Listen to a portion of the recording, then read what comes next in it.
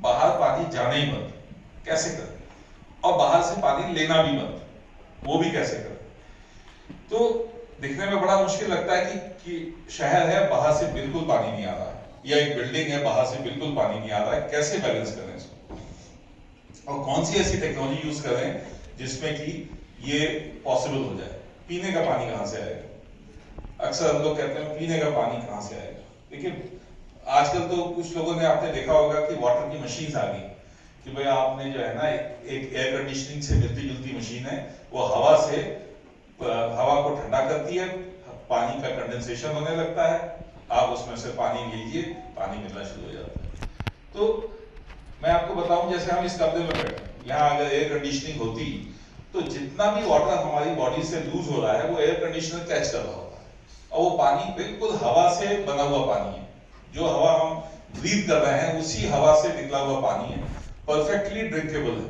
हल्का सा उसको आप उसमें मिनरल ऐड करिए, वाटर इज अवेलेबल। तो आज जो है ना, हम आपको देखते हैं कि पूरी बिल्डिंग्स एयर कंडीशन है, पूरे हर छोटी सी छोटी कार एयर कंडीशन है, एयरक्राफ्ट एयर कंडीशन है, trains, buses, everything is air condition, और हर एसी एक पानी का सोर्स है और प्योर वाटर का सोर्स है। लेकिन अक्सर आप देखोगे कि वो पानी ड्रेन में जा रहा है। एक तो ये एक्स्ट्रा पानी है जो कि हर शहर प्रोड्यूस कर रहा है।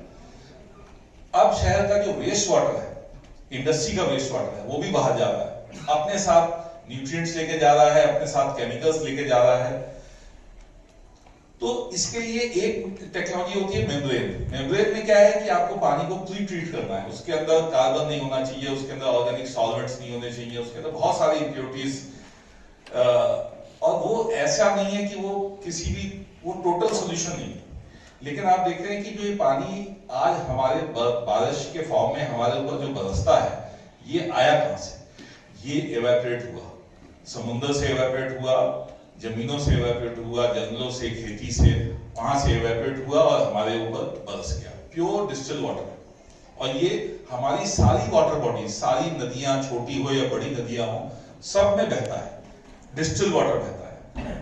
अगर आज आप देखेंगे कि बहुत सारे शहरों का पानी हम नदियों में डाल देते हैं आफ्टर ट्रीटमेंट, लेकिन वो डिस्टिल वाटर नहीं है, उसमें न्यूट्रिएंट्स भी डल जाते हैं, उसमें बहुत सारी इम्प्योरिटीज ऐड हो जाती है। तो पानी, नदियों को तो सिर्फ वही पानी मिलना चाहिए जो कि डिस्टिल वाटर के इक्विवेलेंट हो। हम लोग शुगर मैन्युफैक्चरिंग में एक टेक्नोलॉजी यूज करते हैं, इवेपोरेशन। इवेपोरेशन जो कि आपने का नाम जैसी आएगा तो आपको लगेगा कि शायद 100 डिग्री 200 डिग्री मतलब हाई टेम्परेचर पे हो रहा है, लेकिन आपने देखा बारिश हो रही है, इवेपोरेशन हो रहा है 20-25 डिग्री सेंटीग्रेड पे इवेपोरेशन हो रहा है। एयर कंडीशनिंग 20-25 डिग्री सेंटीग्रेड पे होती है। तो हमने एक ऐसी टेक्नोलॉजी निकाली जो कि लो टेम्परेचर पे इवेपोरेशन कर रहा है, एसी भी चल रहा है, साथ में इवेपोरेटर भी चल रहा है, और जो वेस्ट वाटर है वो उस प्रोसेस से क्लीन हो रहा है।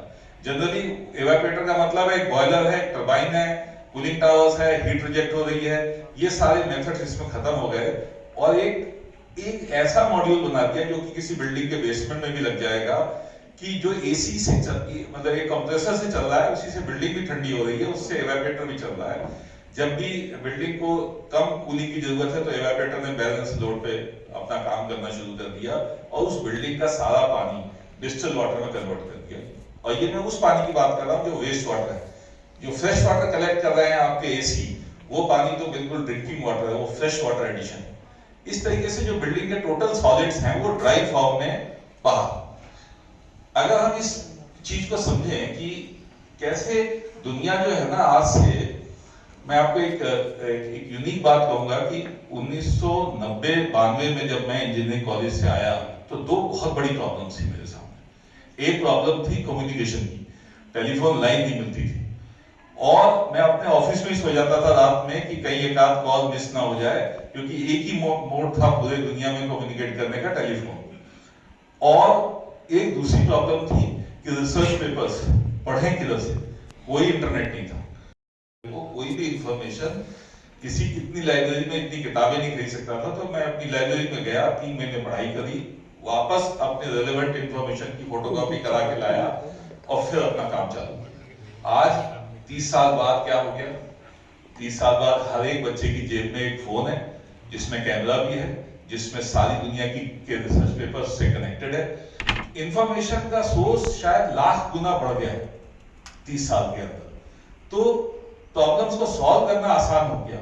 और एक डिवाइस, एक हाइब्रिड डिवाइस है, उसमें कैमरा भी है, उसमें सब कुछ आ गया, और वो आपकी जो है जिंदगी को आसान होगा। तो अक्सर हम लोग बात करते हैं कि शायद पानी की बहुत बड़ी समस्या है और ये सॉल्व नहीं होगी। लगभग वैसी सिचुएशन थी जो 30 साल पहले हम सोचते थे कि इंफॉर्मेशन और कम्युनिकेशन की बहुत बड़ी प्रॉब्लम है, ये सॉल्व नहीं होगी, लेकिन सॉल्व हुई। प्राइवेट सेक्टर का एंट्री हुई इस सेक्टर के अंदर, उन्होंने इसको एक अपॉर्चुनिटी बनाया और इसको सॉल्व किया। तो मैं समझता हूं कि पानी की फील्ड के अंदर भी हमारे को ये समझना पड़ेगा कि पानी फ्री का नहीं है। Whatever is the cost, we have to pay, and when we start paying, then it will become enormously cheap. Even though it is हमें लगेगा भी नहीं कि इतनी इंफॉर्मेशन आज जो हम तक पहुंच रही है वो इतनी सस्ती हो गई। तो क्वेश्चन है कि ये सारी जो प्रॉब्लम्स हैं ये टेक्नोलॉजी सॉल्व करेगी और हाइब्रिड टेक्नोलॉजी सॉल्व करेगी। जहां जैसे मैंने एक रिसर्च पेपर जो बाहर पोस्टर है वहां पे देखा कि एक इलेक्ट्रॉनिक्स और माइक्रोबायोलॉजिस्ट वो कोलैबोरेट कर रहे हैं प्रॉब्लम को सॉल्व करने के लिए। जो आज की मॉडर्न प्रॉब्लम्स हैं वो ऐसे ही मल्टीडिसिप्लिनरी एक्शन से ही सॉल्व होती है कि कोई भी प्रॉब्लम का सिंगल सॉल्यूशन नहीं है। तो ये जो टेक्नोलॉजी है, जो एयर कंडीशनिंग और लो टेम्परेचर इवैपोरेशन की टेक्नोलॉजी किसी भी बिल्डिंग को zero water discharge and intake बना सकती है। और हम लोग इस think that this is one of the initiative that we have to take to make the industry zero water discharge, to make buildings zero water discharge. Process के अंदर कोई हीट जनरेशन नहीं है, हीट रिजेक्शन नहीं है, 100% water की recovery है। कोई हर पार्ट वैल्यूएबल है, solids are valuable which contains carbon and nutrients, water is 100% recovered. इस टेक्नोलॉजी के हीट एक्सचेंजर कुछ इस तरीके से होते हैं, एक इवेपोरेटर है बड़ा कॉम्पैक्ट सा, और ये बड़ी सारी एप्लीकेशंस में लग चुका है। जैसे कि इंस्विफ्ट लेबोरेटरी एक फार्मास्यूटिकल का प्लांट है, पानी का डिस्चार्ज बाहर से आना बंद, डिस्चार्ज पॉल्यूटेड वाटर का डिस्चार्ज बंद। ये देखिए हैदराबाद में बहुत बड़ा 2 MLD का ये प्लांट है, एक बहुत बड़ा एक आइलैंड बना हुआ था पानी का, भरा हुआ पानी, उसमें सालों से लीचेड, वो कहीं डिस्चार्ज नहीं कर सकते, किसी नदी में नहीं डिस्चार्ज कर सकते।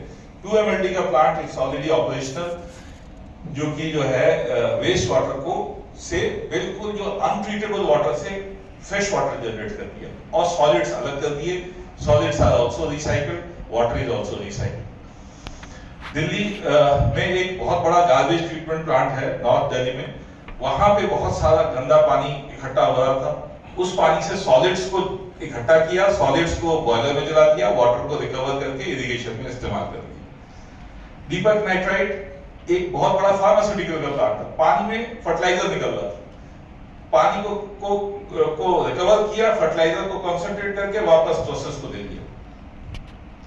जैसे बायर ने अपने एक दूसरे प्रोसेस में अपना